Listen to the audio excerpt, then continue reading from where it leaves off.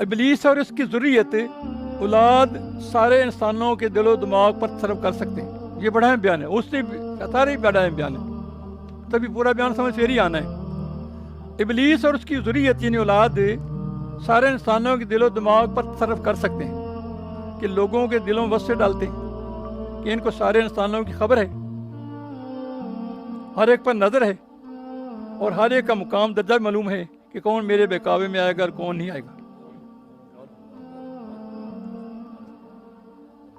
شیاطین تم سب انسانوں کو وہاں سے دیکھتے ہیں جہاں تم اسے نہیں دیکھ سکتے, دلوں میں داخل ہو جاتے ہیں, پوری جسم خون کی طرح دوڑتے ہیں. لہذا اللہ کے مقبول بندے خصوصاً حضور پاک صلی اللہ علیہ وسلم کی نظر, حضور پاک صلی اللہ علیہ وسلم کا تصرف اس سب پر ہے, ورنہ پھر بیماری علاج سے کبھی ہو جائے گی. بیماری علاج سے اللہ, شیطان کی نظر فرش پر ہے تو حضور پاک صلی اللہ علیہ وسلم کی نظر فرش پر بھی اور عرش پر بھی.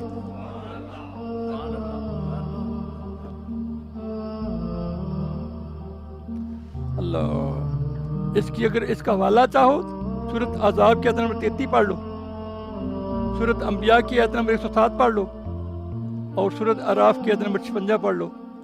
ان رحمت اللہ قریب من المحسنین, اوپر ہے ما ارسلنا الا رحمۃ للعالمین.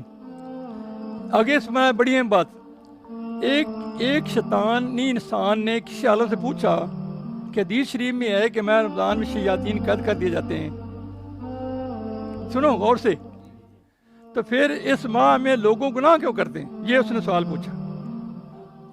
ان سے گناہ کون کراتا ہے؟ تو معلوم ہوا کہ حدیث صحیح نہیں ہے. اس عالم نے فوراً جواب دیا کہ جیسے تم جیسے شیاطین جب آزاد پھر رہے ہو تو پھر دنیا میں گناہ تو کیوں نہ ہو. یعنی جب تم جیسے شیاطین انسانی شکل میں آزاد پھر رہے ہو تو دنیا میں گناہ کیوں نہ ہو. جناتی شیطان رمضان میں قید کر جاتے ہیں, نہ کہ انسانی شیطان. وہ حدیث مبارک بالکل صحیح ہے.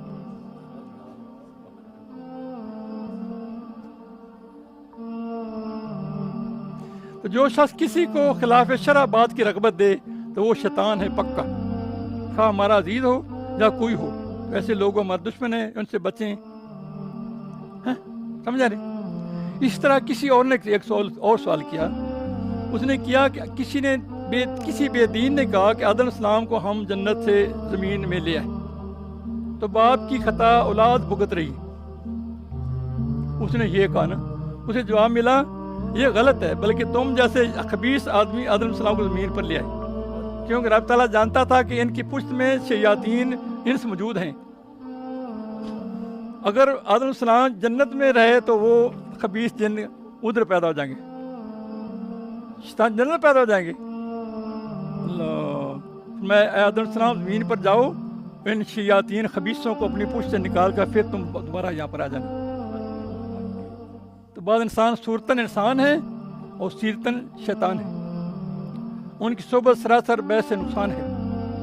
اس طرح بعض انسان صورتاً انسان ہے اور سیرتاً فرشتے ہیں اور سراپا نور ہیں, ان کی صحبت تکثیر ہے. یہ حضور پاک صلی اللہ علیہ وسلم اور ان کے خاص خدام وغیرہ غرضے کے بعض انسان ناری ہیں, بعض نوری ہیں.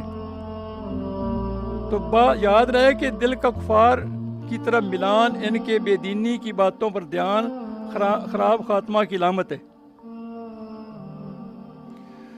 یوں ہی دل کا اچھوں کی طرف جھکاؤ, بروں سے دوری, اچھی باتوں کا قبول کرنا اور عمل کرنا خاتمہ بالخیر کی علامت ہے.